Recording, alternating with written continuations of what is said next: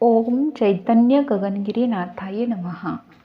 वेदशास्त्र निर्णय.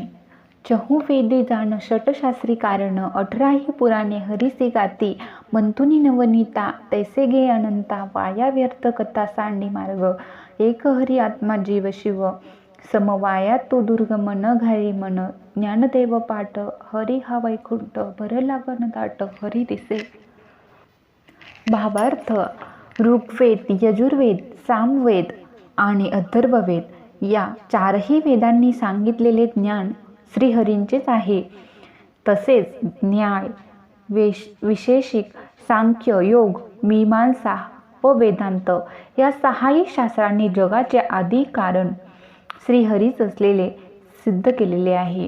आणि भागवतादी 18 पुराणे तर श्रीहरीचेच गुणगात असतात. दह्यात व्यापून राहिलेले लोणी जसे घुसळून वेगळे काढून घेता येते, तसे वेदशास्त्र पुराणांनी सांगितलेल्या विचारमंथनांचे सर्वत्र व्यापून राहिलेल्या अनंताचा, भगवंताचा अनुभव घे.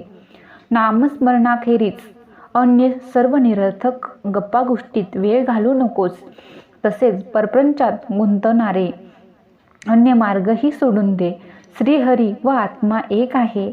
एकच श्रीहरी मायेचा बुरखा पांघरून शिव झालेला आहे, तर अविद्येचा बुरखा पांघरून जीव झालेला आहे. म्हणून त्याच्या प्राप्तीसाठी नामस्मरण सोडून यज्ञ यागादी किंवा हठयोगादी अवघड साधन मार्गात तू लक्ष घालू नकोस. श्री ज्ञानदेव माऊली म्हणतात, हरी हरी म्हणणे हाच माझा नित्यपाठ आहे, तेच माझे वैकुंठ आहे. तो हरीच सर्वत्र गद्दाट भरलेला मला दिसत आहे. विवरण. भगवंतांनी वेद निर्माण करून जर आपल्या प्राप्तीचा मार्ग सांगितला नसता तर मनुष्याला स्वतःच्या बुद्धीने ईश्वराचे ज्ञान करून घेणे शक्यच नव्हते. जसे आईने सांगितल्याशिवाय मुलाला तिचे वय किंवा पूर्वचरित्र कळणे शक्य नाही, तसे ईश्वर निर्मित सृष्टीतील देव, दानव, ऋषी इत्यादींना स्वबुद्धीने ईश्वर कळणे शक्य नाही. म्हणूनच ईश्वराने वेद, शास्त्र, पुराणे निर्माण करून त्यांतून कर्म, ज्ञान, उपासना, योग वगैरे ईश्वर प्राप्तीचे साधन मार्ग प्रकट केलेले आहेत. त्यांच्यावर श्रद्धा ठेवून साधना केल्याने ईश्वर प्राप्त होतो, असे संत महंतांचे दाखले आहेत. दह्याशी एकजीव झालेले लोणी जसे घुसळून वेगळे काढावे, तसे सर्व नाश पावणाऱ्या विश्वाशी एकजीव होऊन राहिलेले अनंत अविनाशी ईश्वरी तत्व शास्त्रांत सांगितल्याप्रमाणे विचारमंथन करून शोधले पाहिजे. श्रुतीशास्त्रानुसार बुद्धीने विचार करून पाहिले असता एका श्रीहरी वाचून दुसऱ्या कोणत्याही वस्तूची सत्ता सिद्ध होत नाही. श्रीहरीशिवाय निराळे जीव, जगद्रूप विश्व आहे असे जे वाटते ते खोटे ठरून एका श्रीहरीचीच सत्ता आपली बुद्धी निर्णयपूर्वक मान्य करते. पण यासाठी साधकाने श्रीहरीच्या नामस्मरणाखेरीज अन्य प्रापंचिक नाशवंत कुठल्याही गोष्टीत आपली बुद्धी गुंतवता कामा नये. बुद्धीचा निश्चय असा पाहिजे की एकच परमात्मा सृष्टी निर्माता ईश्वर आहे. तोच भक्तांच्या काळजासाठी, साधूंची या प्रेमासाठी लाज सोडून रामकृष्णादी अवतार घेऊन आपल्यासारखे शरीरे आणि आपल्यासारखाच भावभावना घेऊन आपल्यांत राहून लीला करीत आहे. तोच प्राण्यांच्या शरीरात जीवरूपाने राहून त्यांच्याकडून विश्वातील कामे करून घेत आहे. हा सर्व एकच आहे. समजा एक गृहस्थ आहे. स्वतःच्या तो नाटक रचतो, त्याची दिग्दर्शन करतो. त्याच नाटकात प्रसंगानुसार नायक होतो, कदाचित स्त्री भूमिकाही करतो. हे नाटक पाहून बाहेर आल्यानंतर मित्रांबरोबर होणाऱ्या चर्चेत आपण म्हणतो, नायकाचं काम छान झाले, त्या नटीची भूमिका पण चांगली झाली, मुळात नाटक चांगलं आहे, खरं कौशल्य दिग्दर्शनात आहे इत्यादी. त्यात आपला एक मित्र सांगतो की ज्या गृहस्थांनी हे नाटक लिहिले, दिग्दर्शनही त्यांचंच नाटकाची आणि नटाची आणि नटेची भूमिकाही त्यांचीच. ही गोष्ट ऐकल्यानंतर नाटककार, दिग्दर्शक, नाटकातील पात्र हे पहिल्यांदा आपल्याला वेगवेगळे वाटत होते. ती एकच व्यक्ती आहे याची खात्री पटते.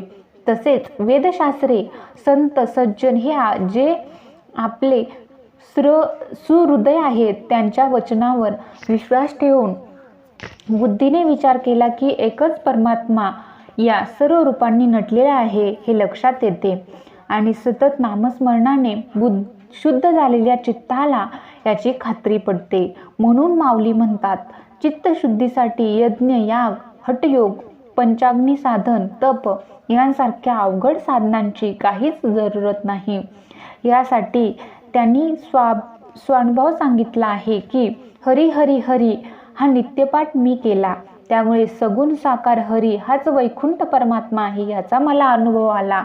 किंबहुना अनुरेणूत श्रीहरीच भरून राहिला आहे हे मला प्रत्यक्ष दिसू लागले. तात्पर्य, वेदशास्त्रांच्या आणि संतांच्या सांगण्यावर विश्वास ठेवून सगुण श्रीहरीचे अखंड नामस्मरण करावे. त्याचबरोबर तोच भगवंत स्थिर व्यापुनी अवघा दशांगुळे उरला त्याचे भान ठेवावे. त्याच्याशिवाय प्रपंच नावाची दुसरी वस्तूच नाही असा निश्चय करावा. भगवंताच्या प्राप्तीचा इतका सोपा मार्ग असताना यज्ञ, याग, तीर्थयात्रा, योग इत्यादी कठीण मार्गाने जाच कशाला? शेवटी माऊलींची एका हरिपाठानेच वैकुंठ परमात्मा भेटल्याचा व तोच चराचरात व्यापून राहिल्याचा आपल्या स्वतःचा अनुभव सांगितला आहे. तर बघा भक्तांनो, आपल्याला भगवंतांनी स्वतः वेद निर्माण करून आपल्याला त्याच्या प्राप्तीचा मार्ग सांगितला आहे आणि तो जर मार्ग सांगितला नसता तर आपल्यासारख्या सर्वसामान्य मनुष्याला स्वतःच्या बुद्धीने ईश्वराचे ज्ञान करून घेणे कधीच शक्य झाले नसते. जसे आपल्या आईने आपल्याला कधीच सांगितलेच नाही की तुझा जन्म कसा झाला किंवा हे काय ते काय, कधी सांगितले नाही, तर आपण त्या गोष्टींचा शोध लावू शकत नाही. आपल्याला इतकी बुद्धी किंवा त्या बुद्धीच्या जोरावर शोधण्यास खूप वेळ निघून जाईल.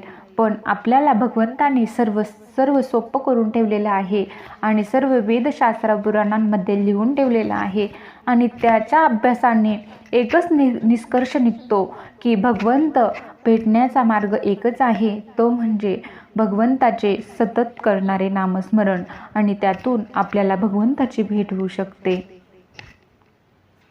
म्हणूनच ईश्वराने वेद, शास्त्र, पुराण सर्व निर्माण करून त्यातून कर्म, ज्ञान, उपासना, योग वगैरे ईश्वर प्राप्तीचे साधन मार्ग आपल्याला प्रकट केलेले आहे आणि त्याच्यावर श्रद्धा ठेवून साधना केल्याने ईश्वर प्राप्त होते.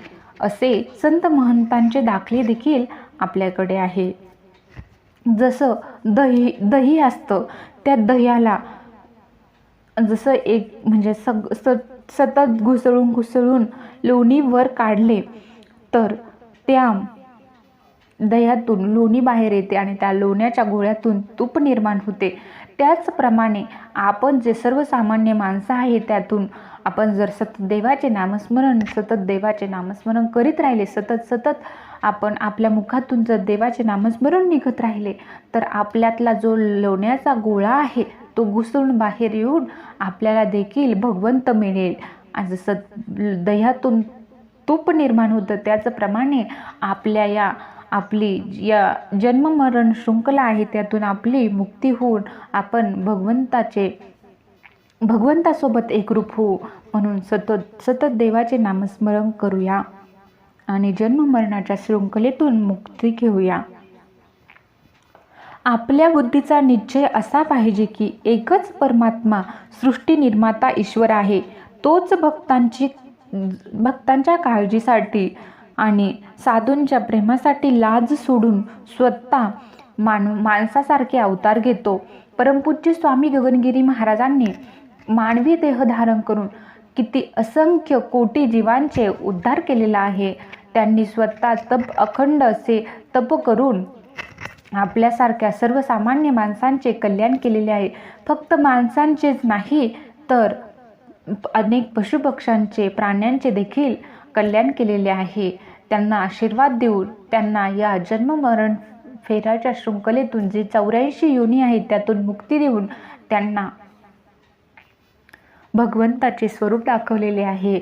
म्हणून आपण सतत परमपूज्य स्वामी गगनगिरी महाराजांचे नाव आपल्या मुखातून अखंड नामस्मरण करूया आणि